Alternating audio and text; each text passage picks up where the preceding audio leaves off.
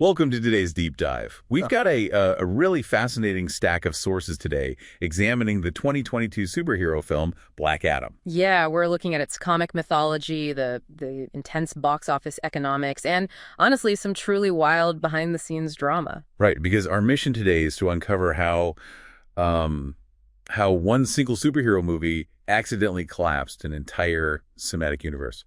So have you ever wondered just how much power a megastar actually wields over a major Hollywood studio? I mean, you'd think the executives in suits hold all the cards, but this story just completely flips that idea on its head. Okay, let's unpack this.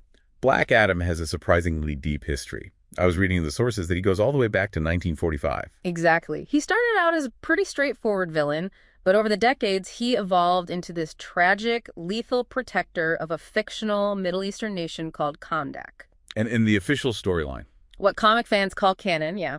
He is the magical arch-nemesis of Shazam. They basically share the exact same magical origin. right. But Dwayne Johnson spent over a decade developing this film, and instead of honoring that natural comic rivalry, he deliberately severed Black Adam from the Shazam franchise. Yeah, he discarded this massive showdown to protect his own monolithic brand, introducing a global superstar of his magnitude as a secondary villain in someone else's origin story.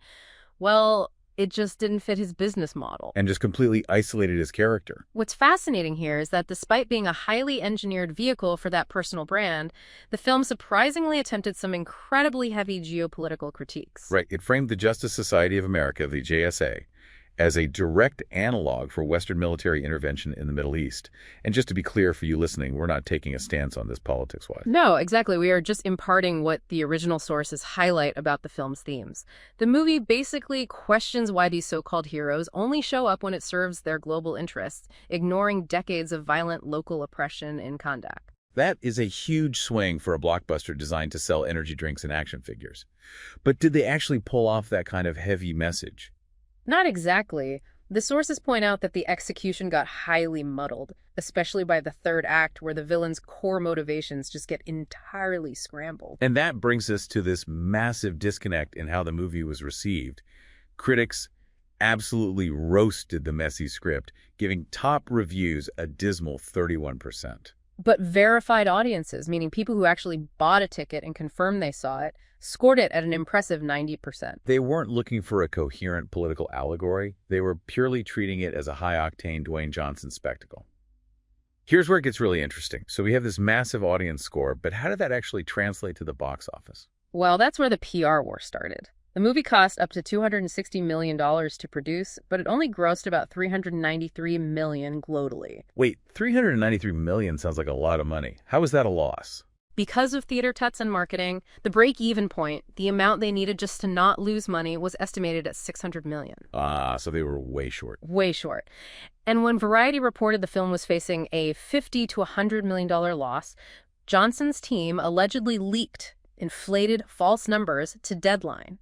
They were essentially trying to project a profit out of thin air to protect his image as an invincible box office draw. If we connect this to the bigger picture, this wasn't just about box office spin. Yeah. Johnson actually bypassed studio executives entirely to force a mid-credits cameo by Henry Cavill's Superman. He weaponized the fan base to try and strong-arm the studio into a multi-film franchise. Exactly, a franchise that had never been officially greenlit or approved and budgeted by the studio.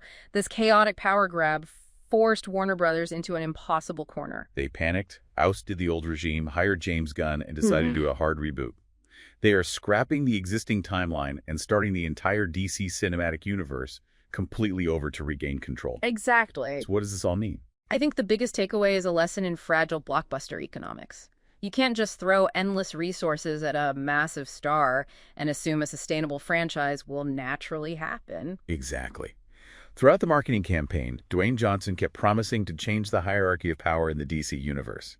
And ironically, he actually did, by completely destroying the franchise from the inside out. Definitely not the way he intended, though. No, not at all. Which leaves you with this provocative question to mull over.